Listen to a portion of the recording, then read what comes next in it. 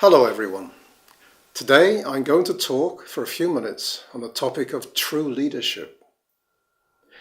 The most enlightened social philosophies and religions teach that despite our differing capacities and abilities, all human beings have equal value and should be given equal opportunity to unfold their potential.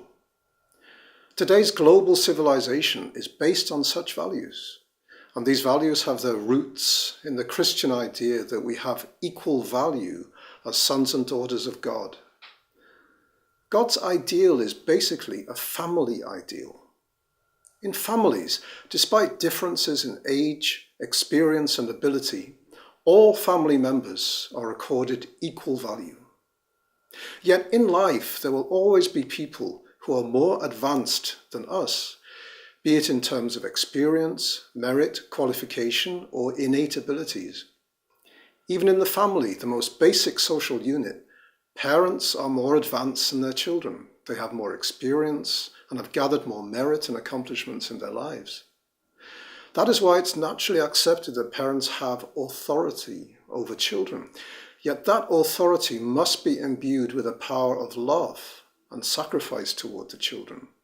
Otherwise, parents will not be accepted, no matter how experienced they are. In a similar way, promoting the idea that God is an all-powerful being whose main role is to be worshipped and to rule over human beings is not helpful for our relationship with God. God is first and foremost our loving parent. God is a being who loves us endlessly. God is almighty, but restricts his own power by allowing us to freely design and determine what kind of person we become and what kind of world we live in.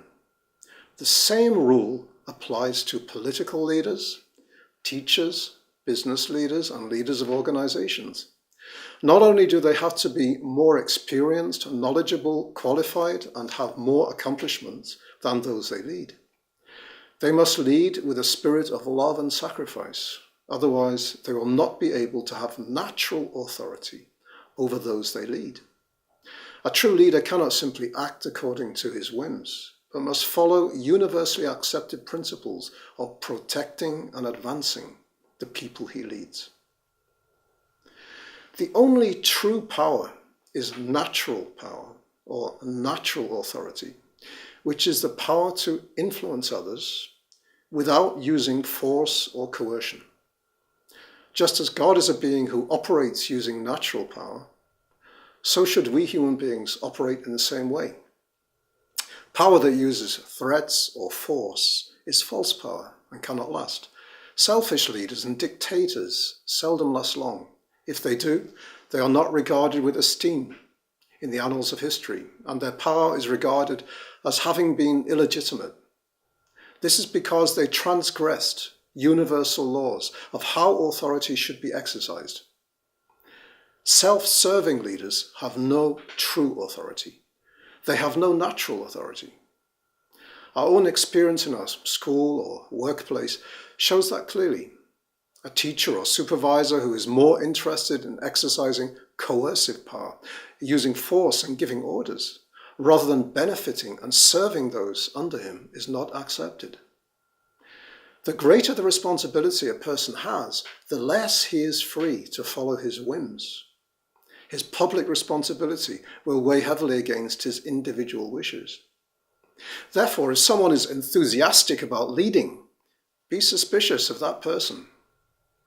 Power is like fire that can consume you if you cannot keep it under control.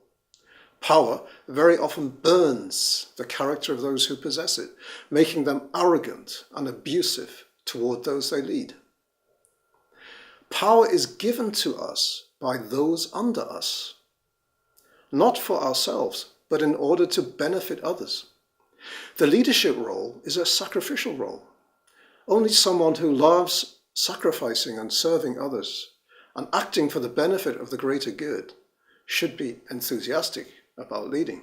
Such a leader will naturally be given more power, more recognition, and more esteem by those he leads. Only someone who has compassion and empathy is a true leader. Only someone who seeks to empower other people is a true leader. Such a person enables people to make their contributions to the greater good.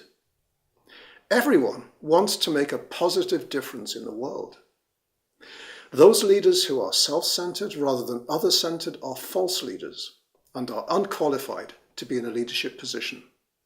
The world is searching for true leaders who, through their noble and sacrificial lives of service, can inspire others to live for the greater good. A good leader helps others to feel the inspiration that comes from exercising good power. You can become such a good parent and leader. The purpose of parenting is to raise your children up to and even beyond your level. The purpose of parenting is to transfer that role to your children. The purpose of leadership is to transfer that role to others and make your leadership redundant. A person who cannot let go when others are more qualified becomes a menace. Therefore, let's be very clear about what the universal principles of power and leadership are. Then this world can become a better place. Thank you.